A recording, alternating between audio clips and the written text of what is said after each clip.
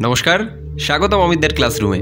আজকের WBSSC SLSTর একাদশ দ্বাদশ মক টেস্ট সিরিজে আমরা নিয়ে এসেছি একাদশ শ্রেণীর সাহিত্য কথার সমগ্র কবিতাংশ থেকে বাছাই করা 50টি গুরুত্বপূর্ণ MCQ প্রশ্নোত্তর। তো আর দেরি না করে চলুন শুরু করা যাক আজকের এই বিশেষ প্রশ্নোত্তর পর্ব। আপনার জন্য প্রথম 13টি প্রশ্ন মাইকেল মধুসূদন দত্তের কপোতাক্ষ নদ কবিতা থেকে। শতৎ হে নদ তুমি পড়ো মোর মনে।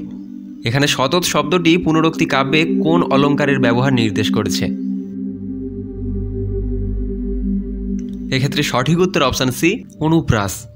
তারপরের প্রশ্ন, যেমতি লোক নিশার স্বপনে শোনে মায়া যন্ত্রধ্বনি।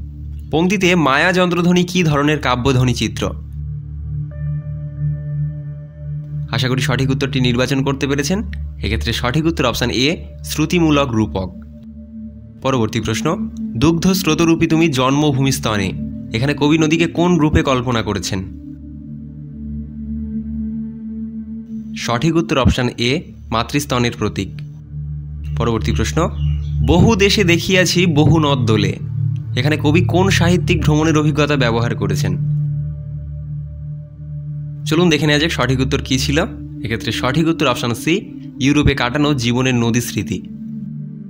পরবর্তী প্রশ্ন, প্রজারূপে রাজরূপ সাগরের দিতে বাড়িরূপ কর তুমি। এখানে নদীর সঙ্গে সাগরের সম্পর্ক কোন কাব্যিক রূপে ফুটে উঠেছে?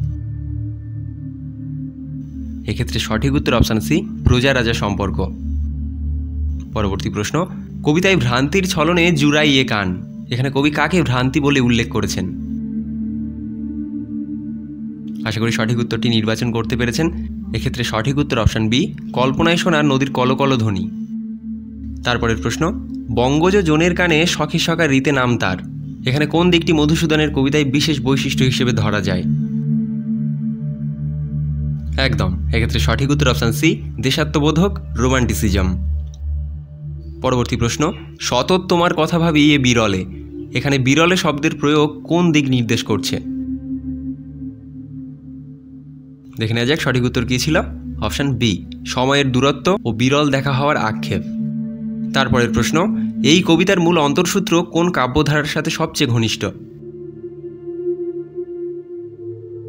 একেবারে সঠিক ধরেছেন। এক্ষেত্রে সঠিক উত্তর অপশান ডি, রোমান্টিক স্মৃতিচারণমূলক কবিতা।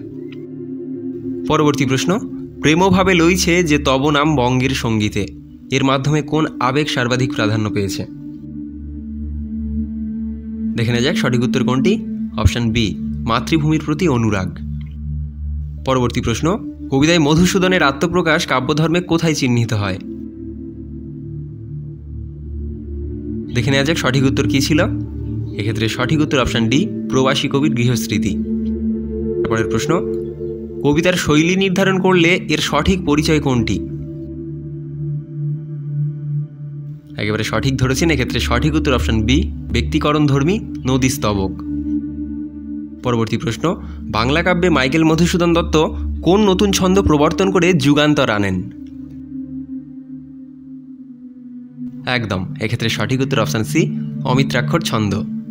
পরবর্তী 12টি প্রশ্ন রবীন্দ্রনাথ ঠাকুরের প্রকৃতি কবিতা থেকে। আকাশ ভরা সূর্য তারা বিশ্ব ভরা প্রাণ।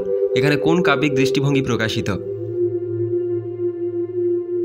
দেখে নেওয়া যাক সঠিক উত্তর কোনটি। অপশান এ, আধ্যাত্মিক সর্বেশ্বরবাদ। পরবর্তী প্রশ্ন, অসীম কালের যে হিল্লোলে। এখানে হিল্লোল শব্দের কাব্যিক তাৎপর্য কী? একেবারে সঠিক ধরেছেন। এক্ষেত্রে সঠিক উত্তর অপশান বি, চিরন্তন সময়চক্রের প্রতীক।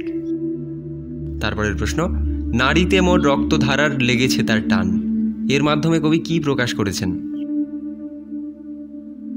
সঠিক উত্তর অপশান এ, প্রকৃতির জীবনী শক্তির সঙ্গে মানবের ঐক্য। তারপরের প্রশ্ন, ঘাসে ঘাসে পা ফেলেছি বনের পথে যেতে। এখানে কোন দার্শনিক ভাব প্রকাশিত? এক্ষেত্রে সঠিক উত্তর অপশান বি, প্রকৃতির সঙ্গে মৈত্রীর সম্পর্ক। তারপরের প্রশ্ন, কবিতার বারবার বিস্ময়ে তাই জাগে আমার গান। এই পংক্তির পুনরুক্তি কোন শৈলী চিহ্ন নির্দেশ করে? এক্ষেত্রে সঠিক উত্তর অপশান বি, আবৃত্তচরণ।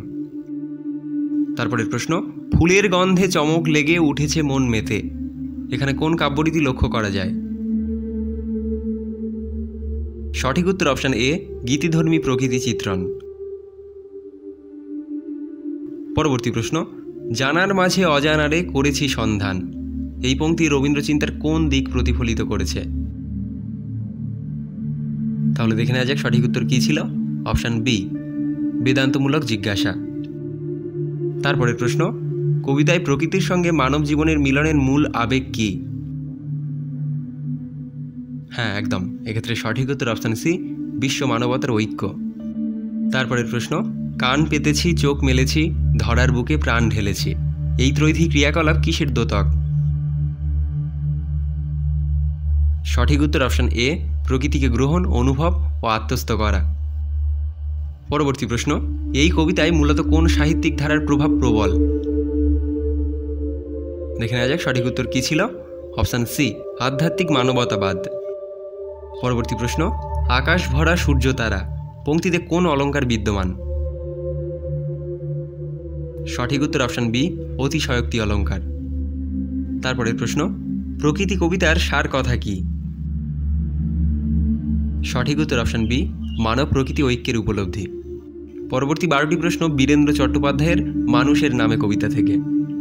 সাদা কালো হলদে বাদামি নানান রঙের মানুষ, এই পংক্তি মূলত কি প্রতিফলিত করছে? দেখে নেওয়া যাক সঠিক উত্তর কী ছিল। সঠিক উত্তর অপশান বি, বৈশ্বিক মানব ঐক্য। তারপরের প্রশ্ন, যারা পাখির চেয়েও বড় প্রতীক খায় নীর বাঁধে, এখানে নীর বাঁধার প্রতীক কি? একেবারে সঠিক ধরেছেন, এক্ষেত্রে সঠিক উত্তর অপশান এ, সংসার জীবন সংগ্রাম। পরবর্তী প্রশ্ন, কবিতায় রুশ, ভারত, চীন, আমেরিকা, মিশর, পাকিস্তান, কঙ্গো, কিউবা দেশগুলির উল্লেখ কি প্রকাশ করে? সঠিক উত্তর অপশান সি, বিশ্বজনীন মানব সমাজ। পরবর্তী প্রশ্ন, যখন যেখানে একটি সদ্যজাত শিশু কান্না শুনি, এই চিত্রকল্প কি বোঝাচ্ছে? দেখে নেওয়া যাক সঠিক উত্তর কী ছিল। অপশান এ, নতুন জীবন শক্তির সূচনা। তারপরের প্রশ্ন, প্রেমিক প্রেমিকার মৃদু গুঞ্জনে অনুভব করি, এখানে কোন আবেগের প্রকাশ ঘটেছে? দেখে নেওয়া যাক সঠিক উত্তর কী ছিল। অপশান বি, প্রেমের সার্বজনীনতা। তারপরের প্রশ্ন, একটি রাত ভোর হচ্ছে, এই প্রতীকী উক্তি কি নির্দেশ করেছে? সঠিক উত্তর অপশান এ, অন্ধকার থেকে আলোর পথে যাত্রা। তারপরের প্রশ্ন, অন্ধকারের মধ্যে ক্রমেই স্পষ্ট হচ্ছে, এখানে কোন দার্শনিক ভাব প্রতিফলিত হয়েছে? দেখে নেওয়া যাক সঠিক উত্তর কী ছিল। অপশান সি, মানবতাবাদী আশাবাদ। পরবর্তী প্রশ্ন, কবিতায় মানুষের মুখে কবির নিজের নাম শোনার অর্থ কী? একেবারে সঠিক ধরেছেন, এক্ষেত্রে সঠিক উত্তর অপশান বি, মানব সমাজের সঙ্গে নিজের অভিন্নতা। পরবর্তী প্রশ্ন, পবিত্র এবং নিরপরাধ, এই বিশেষণ দুটি মানুষকে কিভাবে উপস্থাপন করেছে? এক্ষেত্রে উত্তর হবে অপশান সি, প্রকৃতিগত নিষ্পাপ ও মহৎ সত্তা হিসেবে। তারপরের প্রশ্ন, কবিতার মূল দর্শন কি? একদম সঠিক ধরেছেন, এক্ষেত্রে উত্তর হবে অপশান বি, বিশ্বজনীন মানবতাবাদ। তারপরের প্রশ্ন, মানুষের নামে কবিতা কোন সাহিত্য ধারার অন্তর্গত? একদম, এক্ষেত্রে সঠিক উত্তর অপশান এ, আধুনিক মানবতাবাদী কবিতা। পরবর্তী প্রশ্ন, কবিতায় কবির দৃষ্টি মূলত কোন দিকে নিবদ্ধ? দেখে নেওয়া যাক সঠিক উত্তর কী ছিল। এক্ষেত্রে সঠিক উত্তর অপশান সি, বিশ্ব মানবের ঐক্য ও অস্তিত্ববোধ। পরবর্তী 13টি প্রশ্ন সুনীল গঙ্গোপাধ্যায়ের জনম দুঃখিনী কবিতা থেকে। যতদিন ছিলে তুমি পরাধীনা, ততদিন ছিলে তুমি সবার জননী, এখানে কবি কোন সাংঘাতিক সত্য প্রকাশ করেছেন? এক্ষেত্রে সঠিক উত্তর অপশান এ, স্বাধীনতার সাথে মাতৃমূর্তির অবলুপ্তি। তারপরের প্রশ্ন, এখন তোমাকে আর মা বলে ডাকে না কেউ, এই পংক্তিতে মা কোন প্রতীক? এক্ষেত্রে সঠিক উত্তর অপশান বি, দেশ বা মাতৃভূমি। তারপরের প্রশ্ন, গুপ্তকুটুরিতে মৃদু মোমের আলোর সামনে, এই চিত্রকল্প মূলত কি বোঝায়?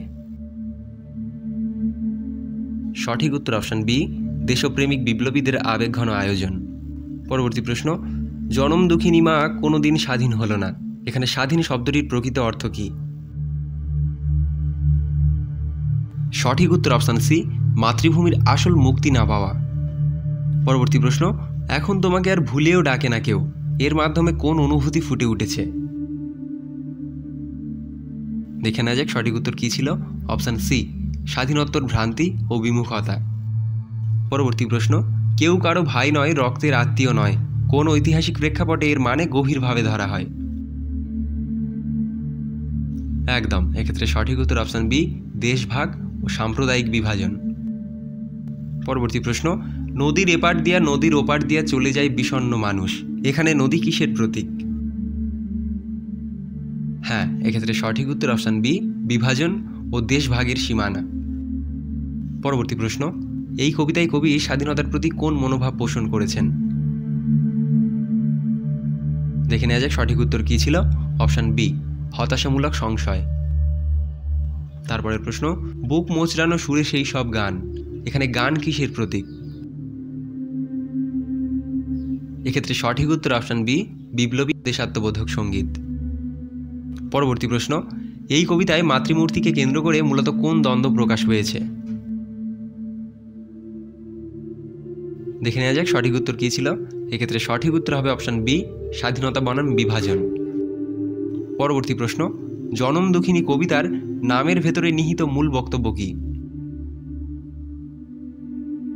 একদম, এক্ষেত্রে সঠিক উত্তর অপশন এ, মাতৃভূমি জন্ম থেকেই দুঃখিনী।